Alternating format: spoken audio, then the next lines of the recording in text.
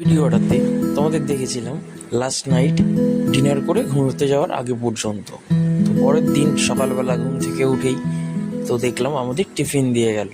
তো মিয়ামুরের এরকম একটা প্যাকেটের মধ্যে একটা ভুজিয়া, একটা কলা, একটা পাউরুটি, একটা ক্লাব কচুরি, একটা সিদ্ধ ডিম আর একটা সোনপাপড়ি ছিল।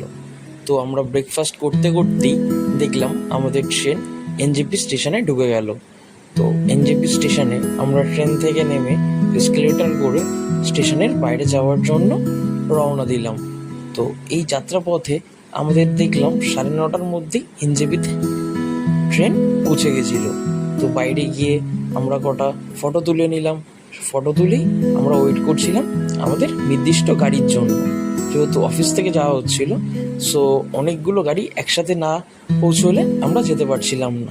তো এই ফটোগুলো তুলে নিয়ে আমরা গাড়িতে উঠে গেছিলাম। গাড়িতে উঠে দার্জিলিংয়ের পথে রওনা দিলাম।